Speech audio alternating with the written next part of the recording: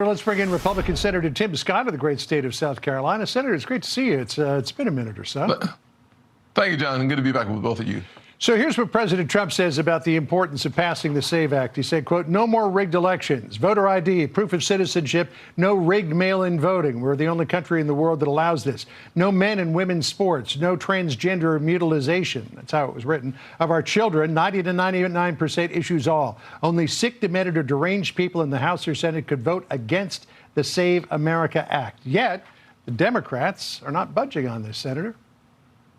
Yeah, they are not. I have no idea why in the world the Democrats are unwilling to support something that over 80% of Americans support. And frankly, John, every demographic, African Americans, white Americans, Asians, Hispanics, Native Americans, mixed Americans, all support the Save America Act. President Trump is 100% right. This is common sense. Why would you not have to show an ID to vote? Actually, in Georgia, at a Jon Ossoff rally, you are required to have an ID to attend his rally, and yet here's one Democrat who will not support an ID to vote.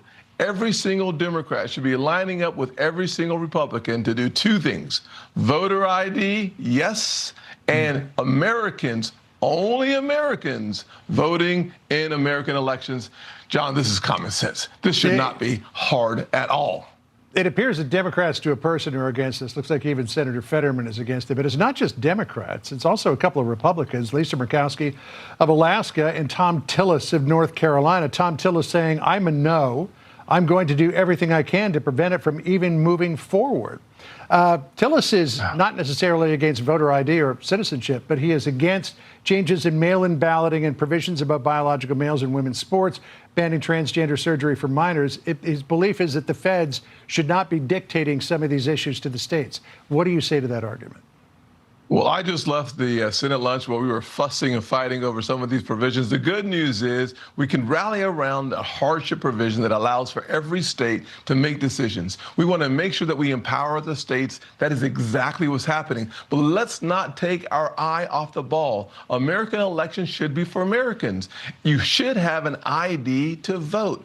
Ballot integrity, voter integrity is a necessary component of the future of this nation. Getting this right is right now. And that's why John Thune is leading the charge to have the debate right now and, frankly, put every single person on record. Do you support IDs when you vote? Do you support having American elections only for Americans? Those two, simple. All right. Well, this appears as though it's going to be not much more than an exercise in getting everybody in the record because there's no chance that this has a passing. I want to ask you, though, about DHS funding, because the Democrats have floated a provision saying, OK, we will fund, we'll vote on a bill to fund TSA, but you've got to strip funding for CBP and ICE, which is already a done deal until the end of 2028, out of whatever bill it was originally in, the big, beautiful bill, I believe, and we'll deal with that later. And a lot of people are saying, well, wait a minute, that's never going to fly because now you're taking law enforcement out of DHS.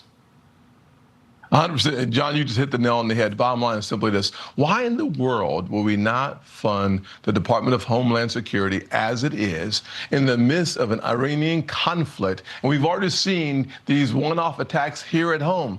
Every single Democrat is making the homeland less secure by not supporting the Department of Homeland Security funding completely. Why would we take apart the Homeland Security funding apparatus? TSA, very important, but so is Secret Service, so is the CBP, so is ICE. Frankly, this is like a non-issue as well. It should be a non-issue that the American people voted for people who raised their right hand, swore on a Bible that we are going to protect the United States of America as our top priority. Anyone who doesn't do that should not be in office. Yeah, Coast Guard's within DHS too, and we all know the phenomenal job they do of protecting our waters and cybersecurity.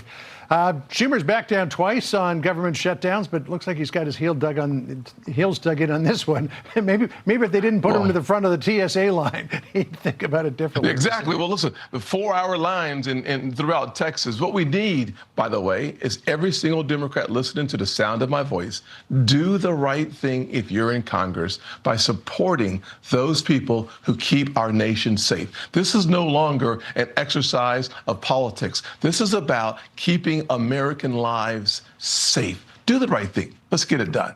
Senator, always good to catch up with you. Thanks for joining us again. Hope to see you again soon. Thank you, John. Good to see you. Appreciate it. Yes, sir.